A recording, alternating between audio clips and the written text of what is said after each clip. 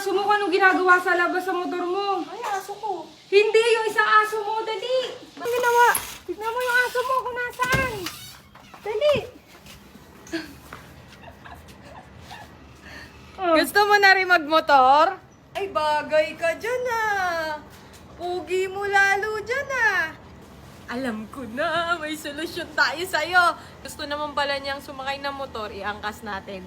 Meron lang tayong kailangan palitan para mas komportable yung ride namin. Abangan nyo to, let's go. Uy, andito na yung pinatawag mong mekaniko. Ano ba ipapalagay mo? Ha? Andito na yung pinatawag mong mekaniko. Andyan na, sa labas. Saan? Doon. Kayo no? Diyan na? Oo. Eto? Oo, yung mekaniko, nandyan na. Ayan o. Vlogger yan, di naman mekaniko yan eh. Vlogger ba yan? Sirami ko to eh. Knock. Sa Oh. lumabas. Ay, pasok. Dali, pasok. Pasukin mo na. Pasok. Ay, teka lang yung mga alaga ko. Tagal-tagal mo. Sinakyan kasi ni Crunch. For sure, sasakyan din ni Hershey. So, dapat, medyo maganda yung suspension natin para maganda yung play pagka inangkas mo sila. Ah, papapalitan mo yan ngayon? Yes, papapalitan ko ngayon. So, papalitan natin ng suspension. O kaya ka nagpagpatawag ng mekaniko kay Clara? Papalit natin ng TRC para mas maganda yung play ng suspension. Para sa mga lubak-lubak o kaya yung mga daan natin dito sa labas, komportable silang umangkas. Diba? TRC, front and rear shock. Okay na, idol, palitan na natin. So finally mga idol, napakabit na natin yung TRC racing natin na front and rear suspension. So ito siya. Ginamit lang natin yung stock tube ng suspension natin para sa NMAX. And syempre, meron tayo dito fully adjustable na suspension para sa mas komportableng ride at mas masayang ride.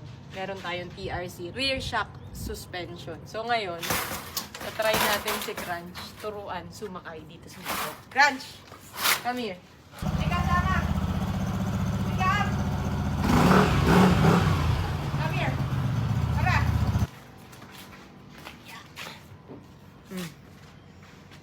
Ka lang. Sit. Sit lang, ha? Sit. Sit ka lang. O, diba? Mas komportable tayo. O, sit.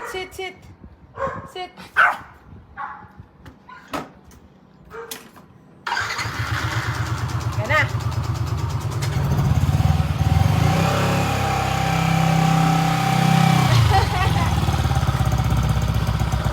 Yay! You want more? Ha? More ba?